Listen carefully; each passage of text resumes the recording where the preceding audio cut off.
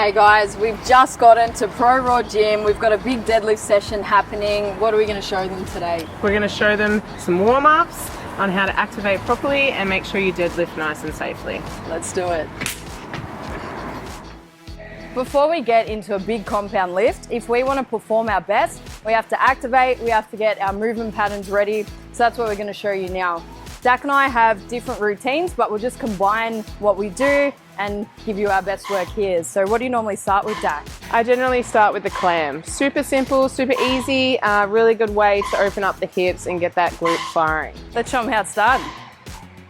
The reason why we start with the clam, it's an awesome abduction and external rotation exercise. So when it translates into the deadlift, it will help recruit your glutes. So Dak's gonna lie with her bottom leg straight. This is the lock clam. This is Andrew's version here. It uses gravity. So Dak's hip is rolled forward and facing the ground. She is just lifting with her knee. What you'll notice is there is no rolling of the pelvis, no use of her lower back whatsoever. That is a common mistake. Often people try and compensate by using their lower back in the movement here. So yeah, that's what it would look like if you would. But Dak rolls her hips forward, tiny range of motion here, 25 reps each side. So let's get into the other side. With activations, it's important that you do high reps. We want to feel somewhat of a burn, but we don't want to annihilate. So the saying is activate, not annihilate. We work left to right sides individually because often we have one side that's stronger than the other. If we start straight away into using both sides at a time, the stronger side will take over more often than not. So this is a beautiful way to warm up the glutes. Hip is rolled forward, tiny movement here. The lock clam is always your number one. Awesome, Dak.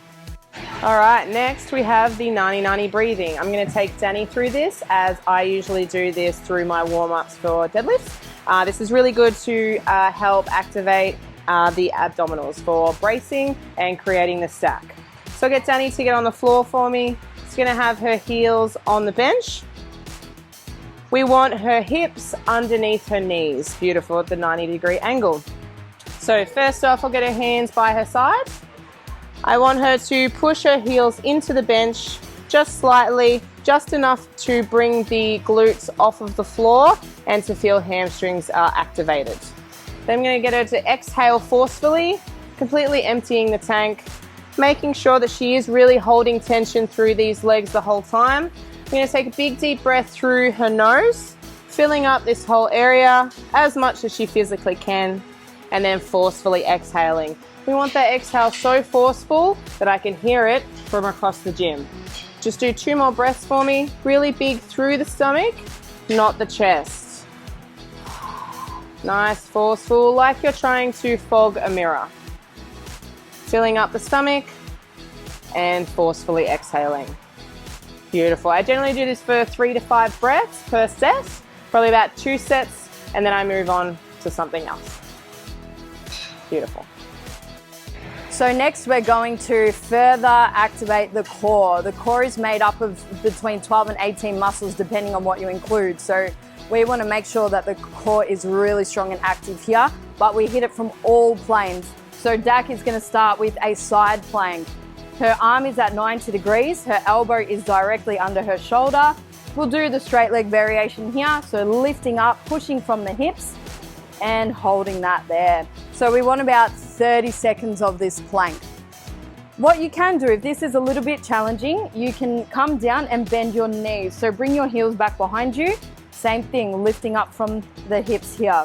Because we started with a little bit of glute activation, you'll be able to feel the side of your glutes working in this position too. So let's go to the other side, Dak.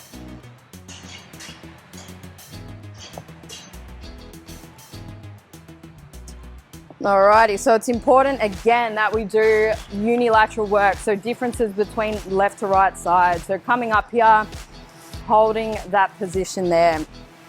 Good. It's important that the hips remain elevated the whole time. And this is basically our way of letting the lower back know that it doesn't have to do all of the work, because we are waking up and activating all of the muscles that are going to be helping in our deadlift here. Beautiful. Coming down, So we've completed the side plank. Now we're going to hold a front plank. So coming up here, and we make sure that the hands are separated. A lot of people plank with their hands together, but if we want full use of our front abdominals, we must have our hands separate and a beautiful rounding here. We are crunching the abs. Again, if this is a little bit challenging, you can drop to your knees there and holding. So that's the side plank and the front plank. Good work, Dak. From the plank, we are going to now hit the deeper muscles that surround our spine. So this is the shoulder taps. To make it easier, we start with a wide base of support at the feet. Again, crunching the abdominals, and Dak is going to slowly tap her hand to the opposite shoulder here. What we don't want is any momentum or swinging through the pelvis like that. So that's why we start with a nice wide base of support and a solid movement here. Between 12 and 20 taps total. If this is a little bit challenging, you can drop to your knees. Bring your feet together. There we go. And same thing. Again, it can be tricky if you place your knees a little bit further away from your hands. Really crunching your abs there. Solid. Again, this is activating the muscles that surround the spine, the nice deep muscles. This is really important for lower back rehab as well. So again, with all this activation, we're letting the lower back know that it doesn't have to do the work. That allows all of our core muscles to work and our glutes to perform their full function in the movement. Okay, so next I generally do some feet elevated glute bridges. So what I get Dani to do is pop her heels on top of the bench. This way we're going to get way more hamstring activation when we're guiding through the hip extension.